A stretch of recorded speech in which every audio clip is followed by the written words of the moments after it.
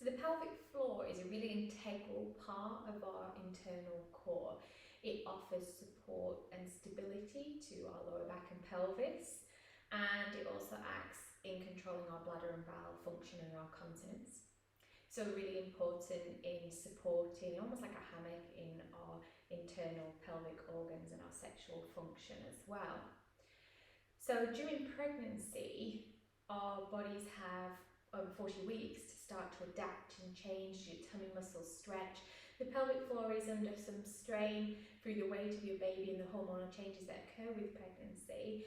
But it's more the changes that happen in natural delivery that give the pelvic floor a matter of hours to adapt and stretch to at least 3 times its size to accommodate for childbirth.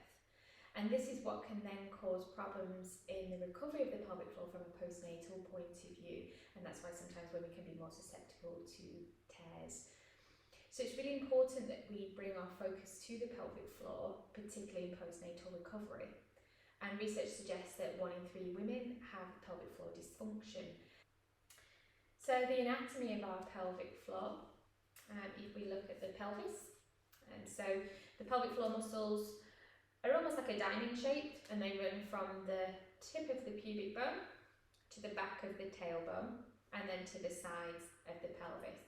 And it's almost sort of splitting in 2 triangles. So we've got the front fibers, the anterior fibers, and they're more associated with our bladder function. And the back triangle is more associated with our bowel function. And generally the pelvic floor muscles, like a lot of the muscles in our body, are made up of 2 types of fibers. So we have slow twitch fibers and fast twitch fibers. So our slow twitch fibers are there contracting throughout the day, supporting the weight of our internal organs and in pregnancy the weight of the baby. Our fast twitch fibers are more associated with the bladder control, in particular when we are running or we are sneezing, trampolining, laughing, those sudden changes. So when we're looking at the recovery and strengthening of the pelvic floor, it's really important that we consider both types of fibers and their different functions. The other thing that's not often talked about within the pelvic floor is the mobility and the stretching capabilities of the pelvic floor. So traditionally everything's always thought about pulling up and in, but you need the pelvic floor to be able to relax and lengthen. So particularly in pregnancy, we want that stretch to start to occur so that we're making space for baby in the birth canal, but it's also got to function every day. And so if we're thinking about the ability to be able to jump and spring and return back to things like running, or even just the continence control when we're laughing or sneezing. So if you picture it a little bit like the bicep muscle. So all our muscles need to be able to contract to generate strength and support, but they also need to lengthen and stretch out for function. So if you imagine what the pelvic floor is like, if I was holding it tight and under contraction all the time, it's like walking around with my arm contracted like this all the day. But I need to be able to reach out and use my hands. So that's the same sort of thing of the pelvic floor. It needs to be able to stretch and release. And if it's held tight all the time and constantly in function, if it needs to stretch and lengthen, like impact on the ground or when we sneeze, the ability for those fibers to stretch and then retighten becomes reduced.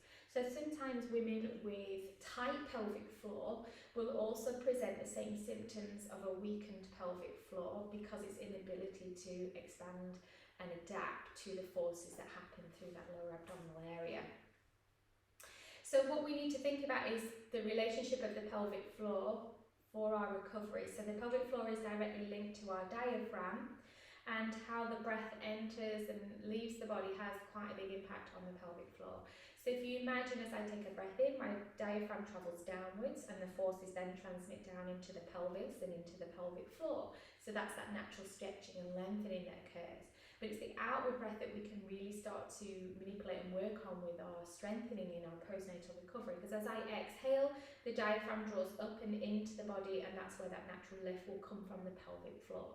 So the early stages of postnatal recovery, you can just work on basic breathing work to start to engage these pelvic floor muscles.